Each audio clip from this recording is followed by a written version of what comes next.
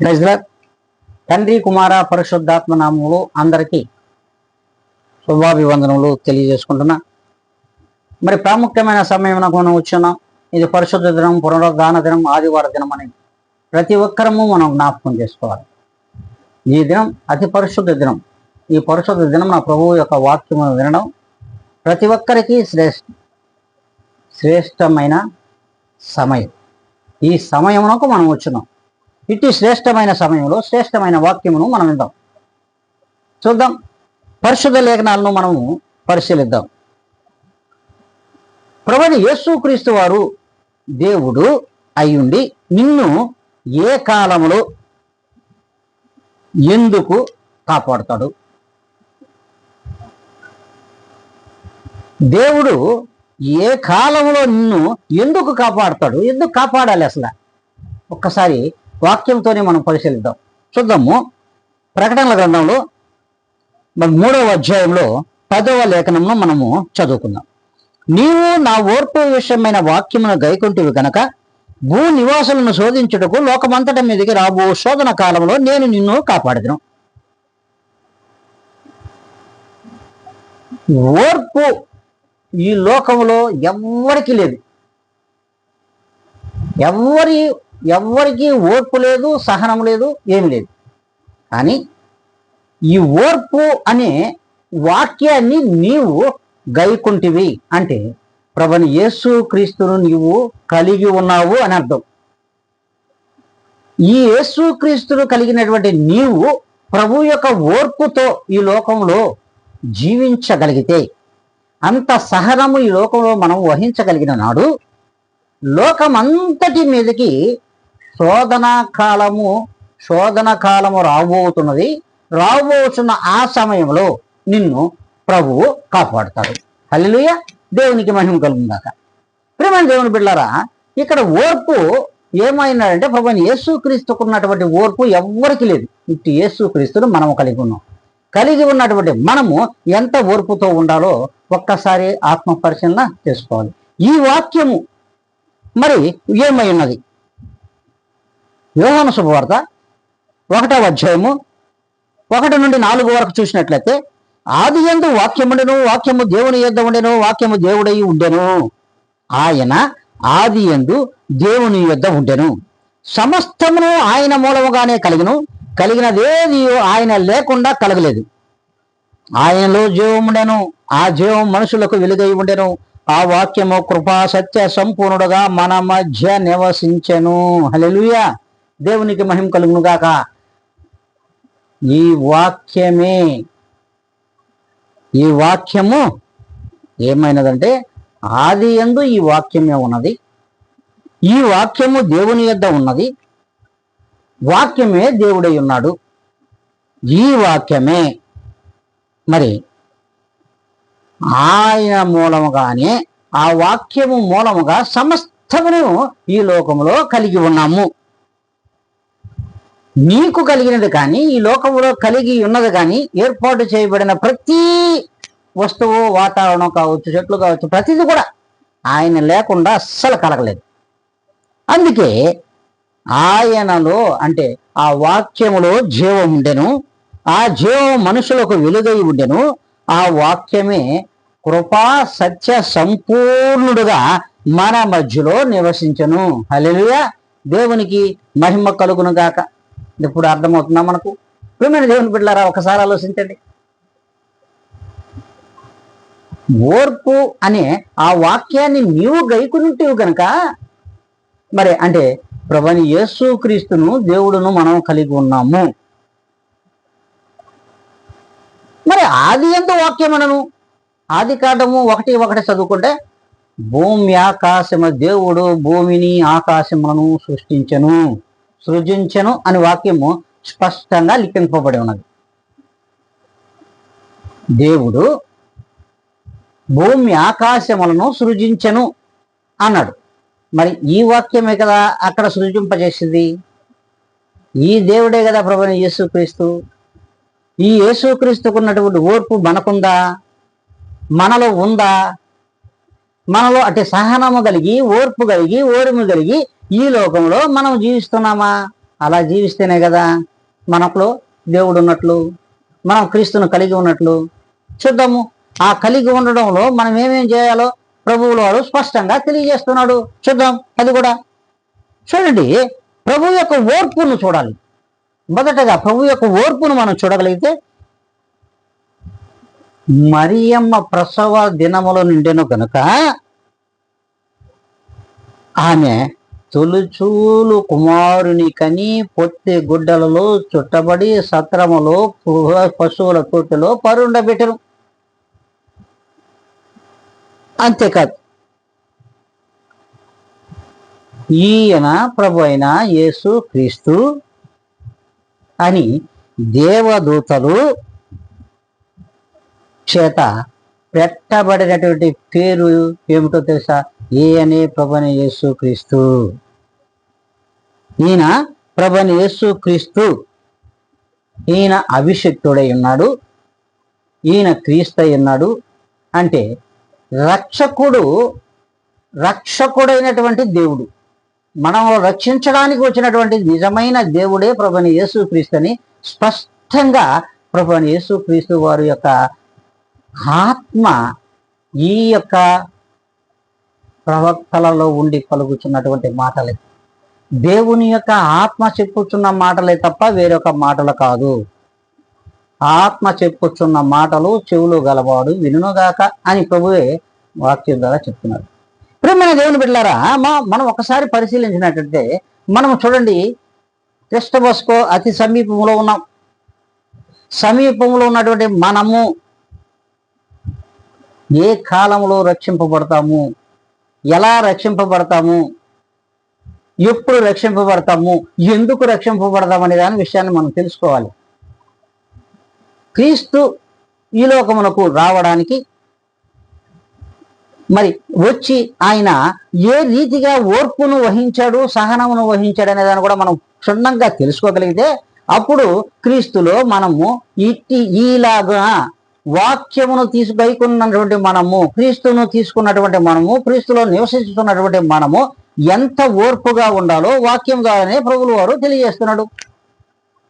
మరి అట్టి ప్రభువుల వారి వాక్యాన్ని మనం చూడాల్సిన అవసరం ఉందా లేదా? ప్రియమైన దేవుని బిడ్డలారా, ఒక్కసారి ఆలకించండి, చెవులు ఇక్కడ పెట్టండి. ఒక్కసారి ప్రతి ఒక్క విశ్వాసి కూడా మీరు ఆలోచించి ఆలకించవలసిన అవసరం ఉంది అని ప్రభువుల వారు వాక్యం ద్వారా సెలవిస్తున్నారు. ఏదో మనము మరి చూడండి, కాలానుగుణంగానో కాలక్షేపంగానో వాక్యాన్ని చూస్తున్నారే తప్ప ఇందులో ఉన్నటువంటి మర్మాలను, అందులో ఉన్నటువంటి బైబిల్ గ్రంథంలో ఉన్నటువంటి అద్భుతమైనటువంటి నిగూఢమైనటువంటి లేఖనములను మనం గ్రహించలేకపోతున్నాం.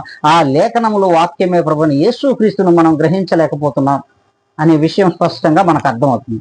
చూడండి, ఆయనే చెప్తున్నాడు, ఈయన 33.5 సంవత్సరములు ఈ లోకములో ఉన్నాడు, నవ యవ్వనస్తుడు ఆయన.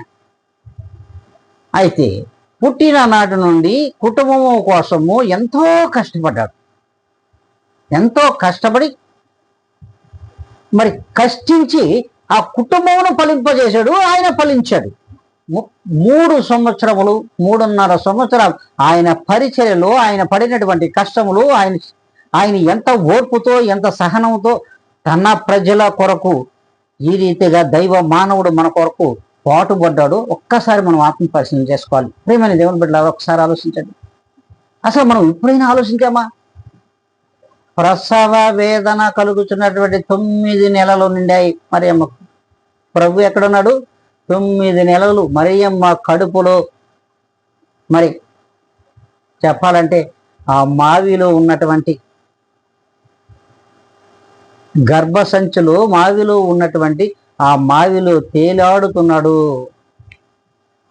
ఆ నీటిలో తేలియాడుతున్నాడు. సరే, ఎంత ఓర్పు ఉండాలి? 9 నెలలు ప్రభుని యేసుక్రీస్తు వారు ఒక తల్లి గర్భంలో దేవుడు ఉండాలంటే ఎంత ఓర్పు ఉండాలి, ఎంత సహనం ఉండాలి, ఎంత ఓర్చుకొని ఆ మలినంలో ప్రభువుల వారు జీవిస్తూ ఉన్నారంటే ఒక్కసారి మనము కళ్ళకు కట్టినట్టు చూపిస్తుంది. మనమే ఎంతో బాధపడాలి, కళ్ళ నీళ్ళు వస్తాయి. మరి అంత శ్రమను మరి కడుపులో ఓర్చుకున్నటువంటి ప్రభు, కడుపులో ఓర్చుకున్నటువంటి ప్రభు వచ్చిన తర్వాత ప్రభువుల వారు ఏమన్నా ప్రశాంతమైనటువంటి బంగాళాలో పుట్టాడా? అది కాదు.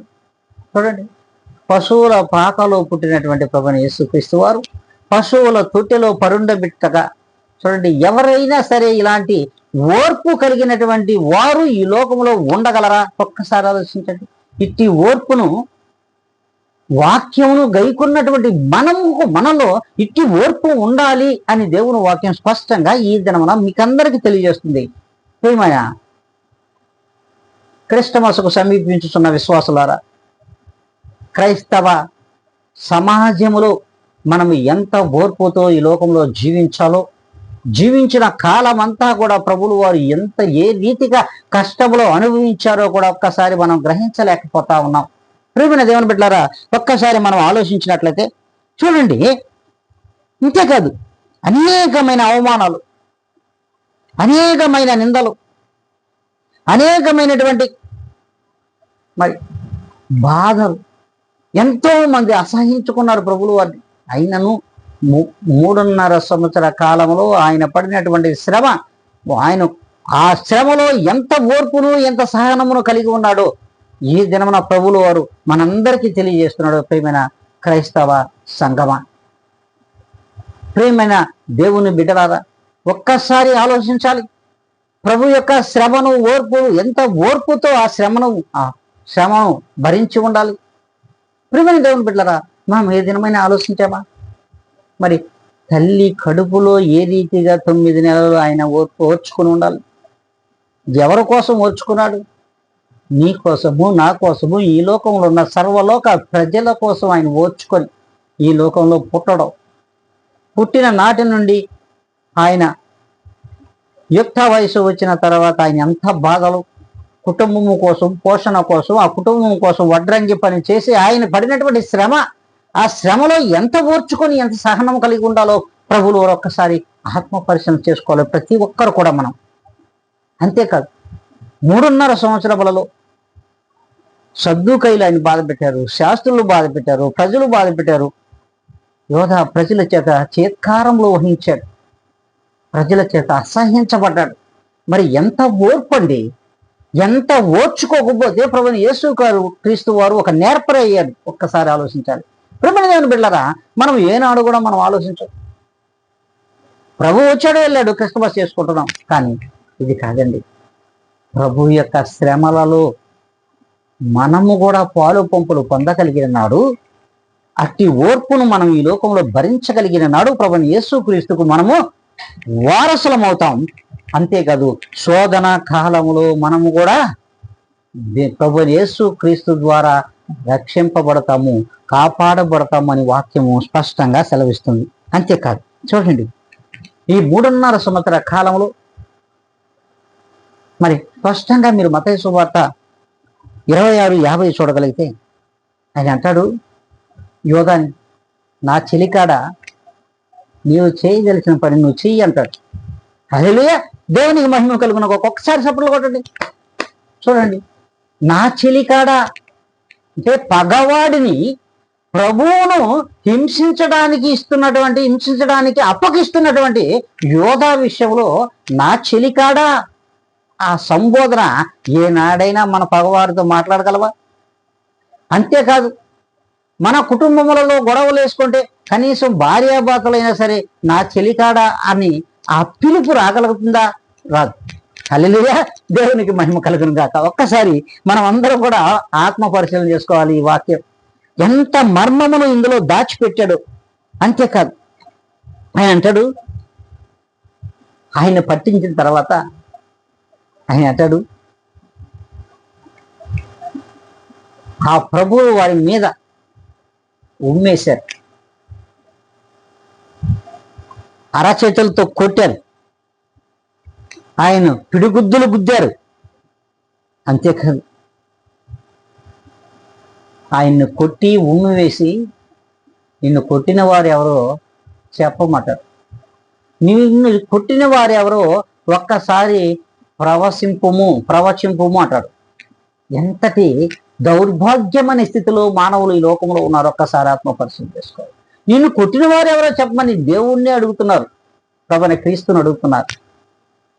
మరి చూడండి, అంతేకాదంట, ఆయన అంటాడు ఇంకొక మాటలో, అనేకమైన అనేకమైన అనేకమైన అనేకమైన నేరాలు నీ మీద మోపారు. మోపినటువంటి పెద్దలు, యాజకులు, శాస్త్రులు, అందరూ ప్రజలు ఇక్కడ ఉన్నారు. మరి నీ మీద మోపబడినటువంటి నేరములను నీవు ఒప్పుకుంటున్నావా అంటే అని అంటాడు, నీవన్నట్టే. హల్లెలూయా, దేవునికి మహిమ కలుగును గాక. నీవన్నట్టే. చూడండి, ప్రభువులు వారు ఎంత ఓర్పును కలిగి ఉన్నారంటే ఒక్కసారి మనమందరం కూడా జ్ఞాపకం చేసుకోవాలి. ప్రభు యొక్క ఓర్పును మనము కలిగి ఉండాలి. ఎందుకంటే క్రీస్తు వాక్యమును మనము గైకొన్నాము. ఆ వాక్యము దేవుడై ఉన్నాడు. దేవుడే కృపా సత్య సంపూర్ణుడుగా మన మధ్య నివసించాడు. అంటే ఇప్పుడు మనలో నివసించుతున్నవాడు ప్రభువైన యేసుక్రీస్తు వారే. హల్లెలూయా, దేవునికి మహిమ కలుగునుగా. ప్రియమైన సహోదరులారా, ప్రియమైన విశ్వాసులారా, ఒక్కసారి ఆత్మ పరిశీలన చేసుకోండి. అంతేకాదు, మత్తయి సువార్త రోజు 27వ అధ్యాయంలో 28-40 వరకు మనం చూసినట్లయితే చూద్దాం. ఒక్కసారి చదువుతాం. వస్త్రాలు తీసేశారు, ఎర్రని అంగి ఆయనకు తొడిగారు. అంటే అంగి అంటే ఎక్కడ వరకు కడతారండి? మొల వరకే కడతారండి. అలాంటి అంగీని, ఎర్రటి అంగీని తొడిగారు. అంతేకాదు, ముళ్ళ కిరీటము పెట్టారు. చూడండి, ముళ్ళ కిరీటం పెట్టి యూదుల రాజా నీకు శుభము అన్నారు. అంటే ఎక్కిరింతలు అంటే అపహరించుతున్నారు, అంటే ఎక్కిరిస్తూ ఉన్నారు ఆయన. అంటే హేళనగా మాట్లాడుతున్నారు. సిలువ మోయించారు, గోల్కతా దగ్గరకు తీసుకెళ్లారు, సిలువ వేశారు. చేదు కలిపినటువంటి ద్రాక్ష రసం ఆయనకి తాగించడానికి పూనుకున్నారు. కానీ ఆయన తాగలేదు. సిలువ వేశారు. అంతేకాదు, ఆయన వస్త్రాన్ని చీట్లు వేసి పంచుకున్నారు ఆయన వస్త్రాలను. అంతేకాదు, యూదుల రాజైన యేసు అని ఆయన మీద మోపబడిన నేరమును రాసి తలపైన పెట్టారు. హల్లెలూయా, దేవునికి మహిమ కలుగును గాక. తలపైన పెట్టారు. నిన్ను నీవు రక్షించుకోలేని వాడు ఇతరులను రక్షించావు. హల్లెలూయా, దేవునికి మహిమ కలుగును గాక. నిన్ను నీవు ఈ లోకంలో రక్షించుకోలేని వాడివి, మరి లోకంలో అందరినీ నువ్వు రక్షించావు. హల్లెలూయా, ఒక్కసారి ఆత్మ పరిశీలన చేసుకో. లోకంలో అందరినీ ఆయన రక్షించాడు, కానీ ఆయన విషయంలో ఎంత ఓర్పు వహించాడో ఒక్కసారి ఆత్మ పరిశీలన. ఆత్మదేవుడు చెప్తూ ఉన్నాడు, ఇంతటి ఓర్పును నా జనులు కలిగి ఉండాలి. హల్లెలూయా, దేవునికి మహిమ కలుగును గాక. నేను ఎంత ఓర్పును వహించానో, ఇట్టి ఓర్పును నన్ను కలిగి ఉన్నటువంటి జనులు ఈ లోకములో అంతటి ఓర్పును కలిగి జీవించగలిగినట్టయితే ఖచ్చితంగా శోధన కాలంలో నేను కాపాడుతాను. హల్లెలూయా, దేవునికి మహిమ కలుగును గాక. చూడండి, అంతేకాదంట, వాక్యము చూద్దాం ఒక్కసారి. ఎంత తగ్గించుకున్నాడో, తన్ను తాను ఎంతగా తగ్గించుకున్నాడంటే ఆత్మ పరిశీలన చేసుకోవాల్సిన అవసరం ప్రతి విశ్వాసికి ఉంది అని దేవుని వాక్యము సెలవిస్తూ ఉంది. అంతేకాదు, దేవాతి దేవుడు మనతో మాట్లాడుతున్నాడు. ఇంతటి ఓర్పు నీలో ఉందా? ప్రియమైన దేవుని బిడ్డ, నీవు క్రీస్తును కలిగి ఉన్నావు కదా, మరి నీలో ఉందా? ప్రియమైన సంగమా, మనమందరము క్రీస్తును కలిగి ఉన్నాం. క్రీస్తును కలిగి ఉన్నటువంటి మనము ఇంత ఓర్పుతో ఉండగలిగితేనే కదా మనము ఒకనాడు కాపాడబడతాం. అంతటి ఓర్పు కావాలి అంటున్నాడు. మరి అంతటి ఓర్పు నీకు ఇవ్వాలని మరి డిసెంబర్ 25వ తారీఖున ఆయన జన్మదినోత్సవం జరుపుకుంటున్నటువంటి నీలో ఆయన ఉండాలనుకుంటున్నాడు. హల్లెలూయా, హల్లెలూయా, దేవాతి దేవునికి మహిమ కలుగును గాక. ప్రతి క్రైస్తవుడు కలిగి ఉన్నటువంటి, క్రీస్తును కలిగి ఉన్న ప్రతి క్రైస్తవుడికి ఉండవలసింది ఓర్పు, సహనము, నేర్పు. శ్రమలో నువ్వు ఓర్చుకోగలిగిన నాడు నిన్ను దేవుడు ఒకనాడు కాపాడు. అంతే ప్రభు అంటున్నాడు. చూడండి, ఇంతటి ఓర్పు మనలో లేదు, కానీ ప్రభు అంటున్నాడు, సిలువ మోస్తాడు, సిలువలో ఉంటాడు. తండ్రి, వీరేం చేస్తున్నారు, వీరెరుగురు, వీరిని క్షమించు అంటున్నాడు. మనకు తెలిసిన వాక్యమే కదా. లోకా సువార్త 23వ అధ్యాయము 34వ లేఖనం. ఇంత తగ్గించుకున్నటువంటి మరొక మనుషుడు కూడా ఉన్నాడు. ఇంతగా తగ్గించుకున్నటువంటి ఇంకొక వ్యక్తిని కూడా మనం చూడవచ్చు. చూడండి, స్త్రీలు కనిన వారిలో యోహాను కంటే గొప్పవాడు ఈ లోకములో లేడు అన్నాడు. ఎందుకన్నాడంటావో తెలుసా? ప్రభు అని యేసు క్రీస్తు యొక్క పాదరక్షలు నేను మోస్తానన్నాడు. పాదరక్షలు అంటే చెప్పులు మోయడానికి కూడా నేను అర్హుడు కాదయ్యా అంటాడు. అంతేకాదు, ఏ రోజు ఆ తల తీసుకురమ్మని అంటే మారు మాట్లాడకుండా అతను తలను అప్పగించాడండి. ఇదండి ఓర్పు.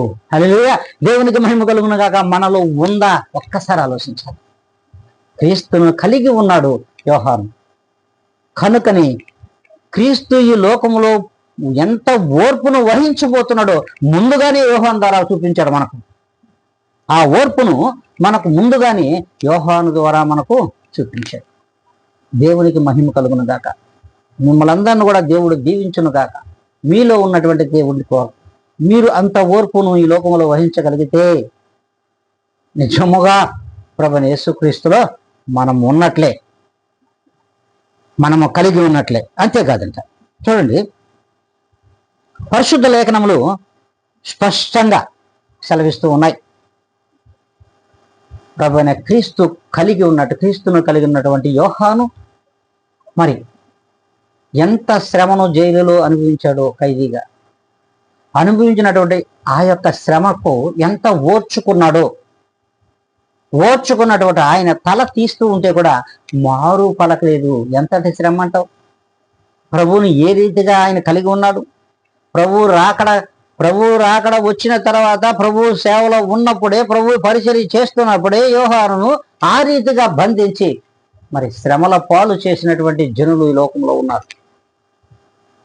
తల కూడా అడిగారు, తలను కూడా ప్రభువులోని సమర్పించాడు. అదండి విశ్వాసుల యొక్క జ్ఞానం, అది విశ్వాసుల యొక్క ఓర్పు.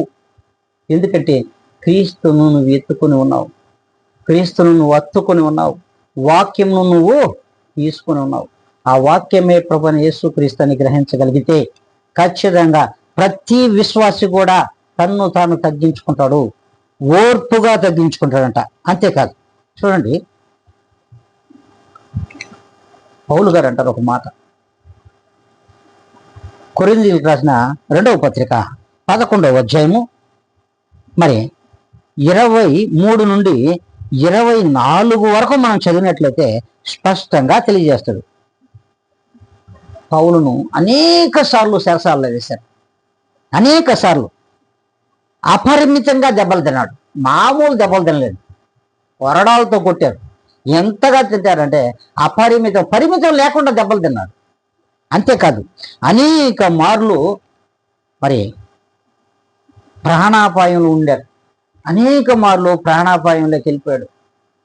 కొట్టేశారు, రాళ్లతో కొట్టి వెళ్ళిపోయారు. అయినా బ్రతికి మరలా ప్రభు యొక్క పాదాల దగ్గర ఓర్పుతో సేవ చేస్తున్నాడు. ఈ ఒక్క మాట అనలేదు. అంతేకాదంట, యూదుల చేత ఒకటి తక్కువ అంట 40 దెబ్బలు తిన్నాడట. అనేక మార్లు రాళ్లతో కొట్టారంట, చెరసాలలో బంధించారు. మరి ఎంతటి శ్రమ తెలుసా? తన సహోదరులు కూడా అతను నిందించారు. తన సహోదరుడే, తన యొక్క రక్త సంబంధికులే, తను పుట్టిన స్థలములో వారు కూడా ఆయనను వ్యతిరేకించి ఆయన అనేక మార్లు కొట్టి హింసించి, మరి అనేక మార్లు హింసించినటువంటి జనులను ఆయన ప్రేమించాడు. ఆ ఓర్పుగా వాటన్నిటినీ సహించినటువంటి పౌలు గారిని మనం ప్రేరణగా తీసుకోగలిగితే చాలు. అంతేకాదు, ఎంతకంటే ముందుగా ప్రభువైన యేసుక్రీస్తు వారు పడినటువంటి శ్రమలను, బాధలను, ఇరుకులను, ఇబ్బందులను ఆయన మీద ఊసినటువంటి భూమి మనకందరి మీద పడవలసిన ఆ ఉమ్మి ప్రభువైన యేసుక్రీస్తు వేయించుకునడం, మనకందరి మీద పడాల ఆ యొక్క ఉమ్మి. ప్రతి విశ్వాసి ప్రజలను మరి ప్రభు ఆ రీతిగా అసహించుకొని ఉండాలి, కానీ అసహించుకోలేదు, ప్రేమిస్తూ ఉన్నాడు, ఓర్పుతో ప్రేమిస్తున్నాడు. అంతేకాదు, చూడండి, అనేక మార్లు అంట ఆయన్ని, పౌలు గారిని గొడ్డలు లేకుండా ఊరేగించారంట. హల్లెలూయా, దేవునికి మహిమ కలుగును గాక. అనేక మార్లు దిగంబరగా ఉంటుంది, ఇంకను చెప్పవలసినవి అనేకం కలవు. చూడండి, ఇంకా చెప్పడానికి అనేకం ఉన్నాయి గ్రంథంలో రాసిపడుతుంది. మరి మనం ఎలాంటి శ్రమలకు ఓర్చుకోగలుగుతున్నామా? ప్రభుని యేసుక్రీస్తును కలిగి ఉన్నటువంటి మనము ఓర్పుగా మరి అట్టి శ్రమలను మనము వహించగలుగుతున్నావా? లేము. ఏ నాటి నుండి అయినా సరే రాబో పుట్టిన రోజు క్రీస్తు పుట్టుక దినం క్రిస్టమస్ నుండి అయినా సరే మనం అటు ఓర్పును కలిగి ఉండాలని వాక్యం ఈ దినమున స్పష్టంగా మీకు అందరికీ తెలియజేస్తుంది. ప్రియమైన దేవుని బిడ్డారా, ప్రియమైన విశ్వాసులారా, ఒక్కసారి ఆలోచించండి, మనం ఏ రీతిగా ఉన్నాం. చూడండి, ఎంతో ప్రేమతో అంట ప్రభువును ప్రేమించాడంట, ఎంతో ప్రేమతో. ఒకనాడు ద్వేషించినటువంటి వ్యక్తి నేను కూడా అంతేనండి. ఒకనాడు ద్వేషించినాను నా ప్రభువుని, కానీ ఈరోజు నా ప్రభువుని నేను కలిగి ఉన్నాను. నా ప్రభువుని నేను కలిగి ఉన్నాను, నేను ప్రేమిస్తున్నాను. మరి ప్రభు యొక్క ప్రేమ ఎంతో ఎంతో ప్రేమ, కానీ అందులో అంత ప్రేమ కూడా మనం ప్రభువుని చూపించలేకపోతున్నాం. విశాలమైన ఆయన ప్రేమ సర్వలోక ప్రజలకు అందిస్తున్నాడు. అట్టి ఒకని పక్షంగా ఏ ఒక్కరము కూడా మనము అంత ప్రేమను ప్రభు మీద చూపించలేకపోతున్నాం. ఆయన ప్రేమ ఎక్కువ, మన ప్రేమము చాలా తక్కువగా ఉందని వాక్యం సెలవిస్తుంది. అంతేకాదంట, చూడండి, ప్రభు లేఖనములే స్పష్టంగా మనతో మాట్లాడుతూ ఉన్నాడు. మనకు స్పష్టంగా తెలియజేస్తున్నాడు. ప్రభువుకు అంటే క్రీస్తుకు మాదిరిగా దీనుడవై ఓర్పు గలవారవై నీ కొరకు మన కొరకు అవమానాలు అపనిందలు మన పాపములను భరించిన అనగా శిలువ మరణమునకు పొందినంతగా ప్రభు వచ్చుకున్నాడు. దేనికోసం వచ్చుకున్నాడంటే మన పాపములను ఆయన మీద వేసుకొని శిలువ మరణము పొందినంతగా అతను తగ్గించుకొని ఓర్పు వహించి సహనముతో సర్వలోక ప్రజల కొరకు శిలువ వేయబడ్డాడనే విషయాన్ని ఎన్నడూ మనం మర్చిపోకూడదు. ప్రతి క్రైస్తవ విశ్వాసికి ఉండవలసినటువంటి జ్ఞానం ఏంటో మనమందరం తెలుసుకోవాల్సిన అవసరం. ఓర్పు. ఈ జ్ఞానము చేత మనం ఓర్పు కలిగి ప్రభువును కలిగి ఉండగలిగినట్లయితే ప్రభువులో ఉన్న ప్రతి ఒక్కరూ విశ్వాసి కూడా ఓర్పును కలిగి ఉండాలి. అన్నిటినీ ఓర్చుకోగలగాలి. శ్రమలన్నిటిని కూడా మనము ఓర్చుకోగలిగిన నాడు మరి ప్రభువైన యేసుక్రీస్తు లోకమంతటి మీదకి ఆయన పంపిస్తున్నటువంటి శోధన కాలంలో మనము కాపాడబడతాము. మనలను దేవుడు కాపాడుతాడు. చూడండి, ప్రభు మాట్లాడుతున్నటువంటి మాట అంతేకాదంట, ఇంత ఓర్పుతో క్రీస్తు మనల్ని ప్రేమిస్తూ ఉన్నాడు. కాబట్టి ఇటు ప్రేమిస్తున్నటువంటి ఈ దేవునికి మనము మాదిరికరంగా ఉండకపోతే మనలను దేవుడు శపిస్తాడు. హల్లెలూయా, దేవునికి మహిమ కలుగును గాక. ప్రియమైన దైవ జనాంగమా, దేవుని బిడ్డలారా, విశ్వాసులారా, మనము ఇంతటి ఓర్పు కలిగి దేవుని మీద ప్రేమ కలిగి ఉండగలిగితే శోధన కాలంలో ప్రభు యేసుక్రీస్తు వారు మనలను కాపాడుతాడు. అందుకే ప్రభువు వస్తున్నాడు. హల్లెలూయా, దేవునికి మహిమ కలుగును గాక. ప్రభువు వస్తున్నాడు ఈ లోకానికి.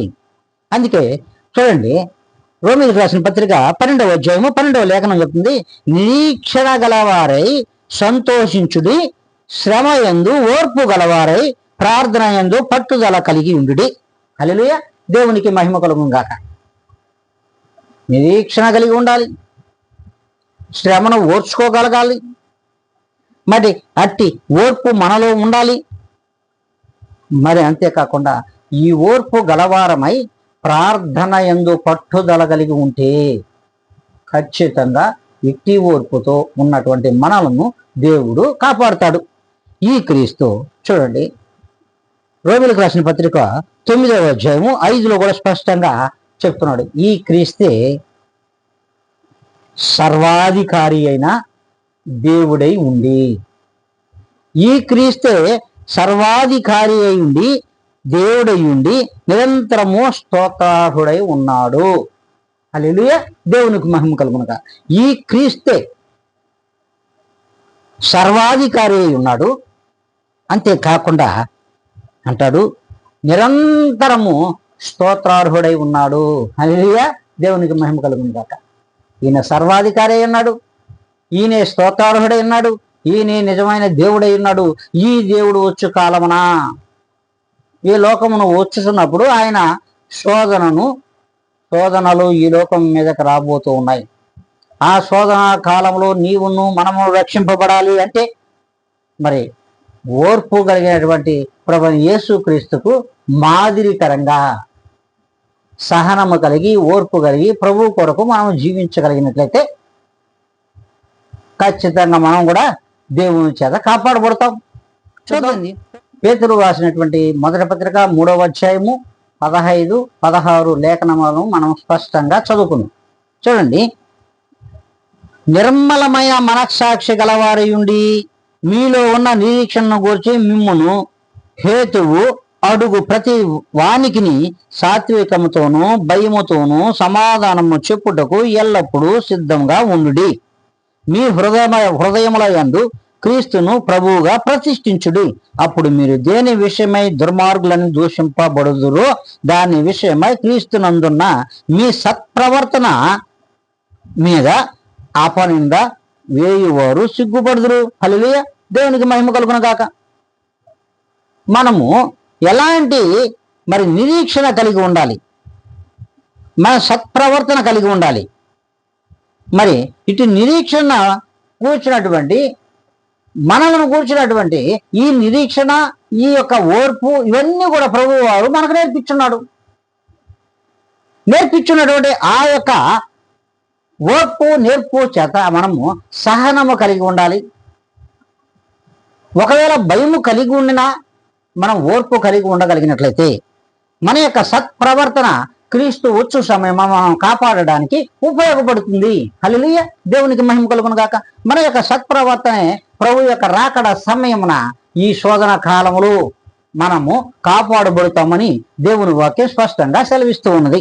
ప్రతి క్రైస్తవుడు కూడా ఎలాంటి ఓర్పు కలిగి ఉండాలో ప్రభువులు వారు స్పష్టంగా చూపిస్తున్నాడు.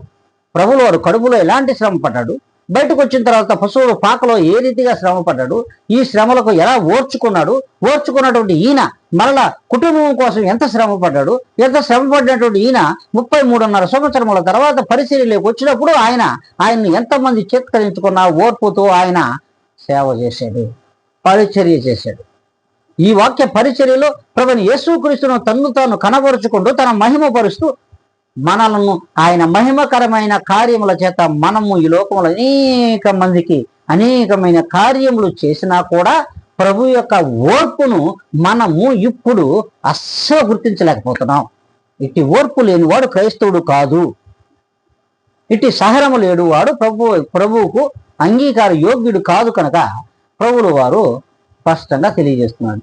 ఇట్టి మనస్సాక్షి విషయంలో మన సాత్వికమైన గుణములు కలిగి భయపడుతూ ప్రభువులు వారి యందు మనము నిరీక్షణ కలిగి ఎదురు చూడగలిగినట్లయితే ప్రభువులు వారు ఎవ్వడు కూడా ఈ లోకంలో దుష్టుడు మన మీదకు రాడు, వచ్చిన వాడిని ప్రభువే శిక్ష. అలాగే మనము పరిశుద్ధ గ్రంథంలోని యోహాను రాసినటువంటి 2వ పత్రిక 9వ లేఖనాన్ని మనం చదివినట్లయితే స్పష్టంగా అందులో కూడా తెలియజేస్తున్నాడు. క్రీస్తు బోధ యందు నిలిచి ఉండక దానిని విడిచి ముందునకు సాగు ప్రతివాడును దేవుణ్ణి అంగీకరింపనేవాడు. ఆ బోధ యందు నిలిచి ఉండువాడు తండ్రిని కుమారుని అంగీకరించేవాడు వాడు. ఎవడైనను ఈ బోధను తేక మీ వద్దకు వచ్చిన ఎడల వానిని మీ ఇంట చేర్చుకొనవద్దు, శుభమని వానితో చెప్పవద్దు. చూడండి, ఎప్పుడైతే ప్రభువైన యేసుక్రీస్తు ఈ రీతిగా ఆయన పడినటువంటి శ్రమలు బాధలు వీటన్నిటిని గూర్చి ఆయన బోధన గూర్చి మనము వివరించుచుండగా ప్రభువులు వారిని మాత్రమే మనము ఇక్కడ గణపరచవలసిన వాక్యంతో గణపరచవలసిన అవసరం ఉంది. ఎవడైనాను ప్రభువులో లేకుండా ఏ వాక్యమును చెప్పినా కూడా అది మనం వినడానికి అసలు మన చెవులను మీరు అంగీకరించవద్దని ప్రభువులు వారు స్పష్టంగా తెలియజేస్తున్నాడు ఈ లేఖనముల ద్వారా. ఎప్పుడైతే ప్రభు యొక్క బోధ యందు స్థిరముగా నిలిచేవాడు అట్టి తండ్రిని, కుమారుడును, పరిశుద్ధాత్మను, ఈ త్రియేక దేవుడైన ప్రభు యేసుక్రీస్తును అంగీకరించి యోగ్యుడై ఉంటాడు అని వాక్యం సెలవిస్తూ ఉన్నది. మరి ఇలాంటి ప్రభు యొక్క సత్ప్రవర్తన మనలో ఉండాలి. అట్టి మంచి గుణములు మనలో ఉండాలి. ఓర్పు మనలో కూడా స్థిరముగా ఉండవలను అని ప్రభువు వాక్యం సెలవిస్తుంది. అంతేకాదు, చూడండి, స్పష్టంగానే ఒక వాక్యం సెలవిస్తా ఉన్నది. ప్రకటనల గ్రంథము 2వ అధ్యాయం 3వ లేఖనమును మనము చదువుకుందాం. ప్రకటనల గ్రంథము 2వ అధ్యాయము 3వ లేఖనము. చూడండి, ప్రభువే స్పష్టంగా తెలియజేస్తున్నాడు. నీవు సహనము కలిగి నా నామము నిమిత్తము భారము భరించి అలయలేదని నేను ఎరుగుదును. ప్రభువులు వారు ఏమంటున్నాడంటే, ఎప్పుడైతే నీవు సహనము కలిగి నా నామము నిమిత్తము భారము భరించి ఓర్పుతో భరించాలి ప్రభువును. ఎప్పుడైతే నువ్వు సహనము కలిగి మరి ప్రభువు నామమును బట్టి భారము భరించి అలసిపోకూడదు, అలసిపోలేదని కూడా నాకు తెలుసు అంటున్నాడు ప్రభువు గారు. ఎప్పుడైతే ఈ లోకములో బాధలు ఎప్పుడైతే నువ్వు ఓర్పుతో సహనంతో భరిస్తావో, ఇట్టి భరించినటువంటి నీ యొక్క స్థితిని బట్టి నువ్వు అలసిపోలేదు అని ప్రభువులు వారు స్పష్టంగా తెలియజేసి నేను గ్రహించున్నటువంటి నేను మీకు చెబుతున్నటువంటి వాక్యం ఏంటంటే, స్పష్టంగా ఆయనే తెలియజేసిన మాట, ఆయనే స్పష్టంగా ఈ దినమున మనతో మాట్లాడేటువంటి మాట ఏంటంటే, నీవు ఓర్పు విషయమైన వాక్యమును గైకొంటివి గనుక. ఈ ఓర్పు విషయమైన వాక్యమే ప్రభువైన యేసుక్రీస్తు ఇట్టి ఓర్పును మరి 3.5 సంవత్సరములు 33.5 సంవత్సరములు భరించాడు అనే దానికి స్పష్టంగా నిదర్శనం. ఇట్టి ఓర్పును మనమును కలిగి ఉండగలిగిన నాడు ఖచ్చితంగా లోకం మీదకి రాబోతున్నటువంటి ఉగ్రత, ఇదే శోధన. ఈ ఉగ్రత కాలములో, ఈ శోధన కాలములో ప్రభువు వారు నిన్ను కాపాడుతాడు. నిజంగా కాపాడుతాడు. ఎట్టి ఓర్పును ప్రభు యేసుక్రీస్తునందు ఉన్నటువంటి ప్రతి బిడ్డ కూడా, క్రిస్టమస్ చేసుకుంటున్న ప్రతి విశ్వాసి కూడా ఇట్టి ఓర్పును కలిగి ఉండగలిగిన నాడు మనము శోధన కాలంలో, అంటే రాబో లోకమంతటి మీదకి ఉగ్రత రాబోతున్నది, ఆ శోధన కాలంలో ప్రభు యేసుక్రీస్తు వారు మనలను కాపాడుతాడు. ఇట్టి ఓర్పు సహనము కలిగినటువంటి క్రైస్తవులుగా మనము ఈ లోకంలో ఉండాలని ఆ ప్రభుని యేసుక్రీస్తు నామమును బట్టి ఈ దినమున మీకందరికీ ప్రభువుల వారు తన ఆత్మ ద్వారా వివరిస్తున్నటువంటి ఈ మాటలు మీలోను నాలోను అందరిలోనూ ఫలించును గాక. ఆమె